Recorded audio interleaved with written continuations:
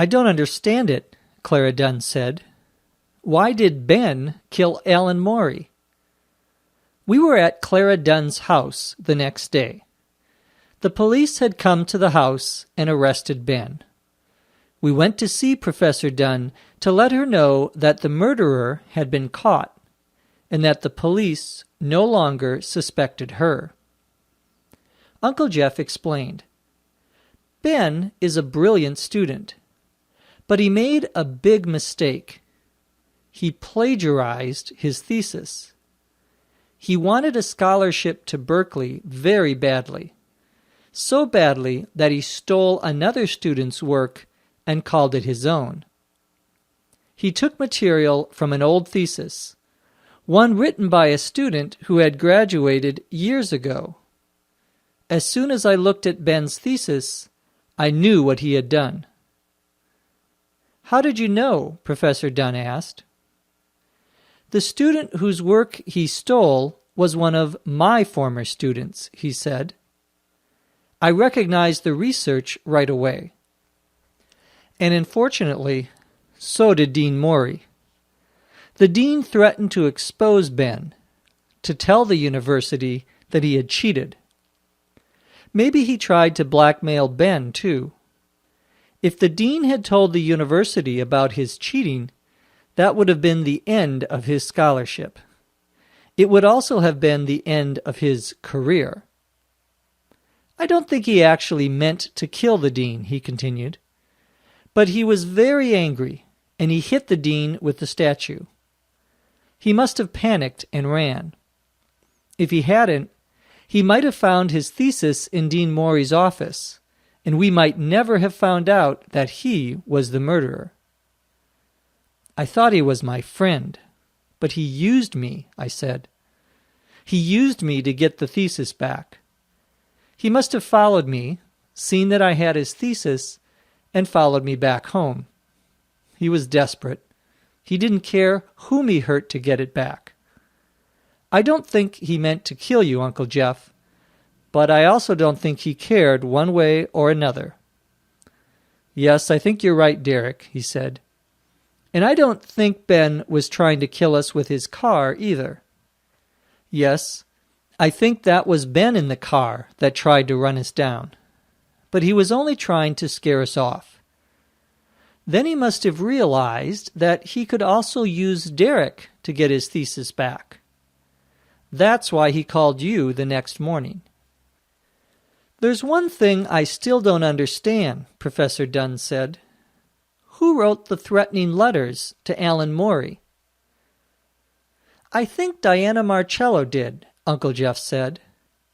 I think she was trying to scare Alan Morey so that he would stop bothering her. Those letters had nothing to do with him getting killed.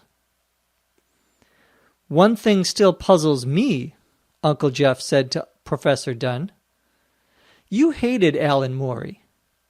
Why did you come to me in the beginning and ask me to find out who was sending the letters? I don't think you were seriously worried about his safety. I'm ashamed to say, she said, but I suspected that Alan Morey was up to some shady things, maybe even some illegal things. But I didn't exactly know what. I was hoping that your investigation would find out something that would get him into trouble, something that would make him lose his job. Please don't be angry with me, Jeff.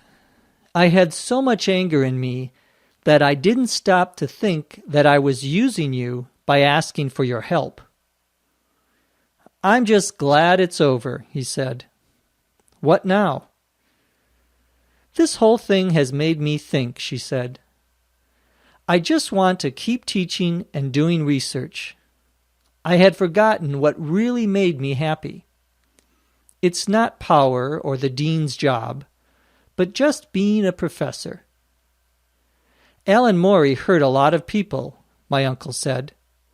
I can't say I'm glad he's dead, but a lot of people will be happier now that he is. A week later, I was returning home from school when I saw Jennifer sitting outside my front door. "Hi," she said. "Hi," I said.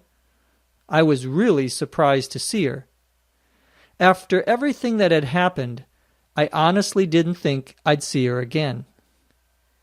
I opened the front door and showed her into the living room. "I wanted to come by to thank you and your uncle for finding the murderer," she said.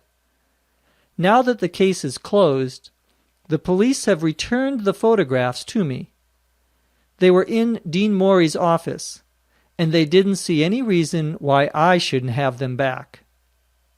"That's great," I said, and I meant it. I was really glad that she got her pictures back. And I was even more glad that she didn't have to worry about someone like Alan Morey. "I also came by because I was wondering," she began to say. She didn't get a chance to finish. There was a knock on the door. I opened the door. It was Sydney, my best friend. "I wanted to see if you wanted to," she began to say as she walked into the house. She stopped when she saw Jennifer. She stared at her, and Jennifer stared back. Jennifer Brody, this is Sydney Merida." "Sydney, this is Jennifer," I said. "It's nice to meet you," Jennifer said. "You too," Sandy said coldly. Jennifer got up as if to go. "I'm sorry. I should be leaving." "No, don't go," I said. I looked over at Sydney, and she gave me a dirty look. I didn't understand it. They didn't even know each other, but they were behaving as if they didn't like each other at all. Just then, Uncle Jeff walked in the door. He must have sensed the tense feeling in the air. "I hope I'm not interrupting anything," he said, walking toward his office. He looked like he was trying to get out of the room as fast as he could.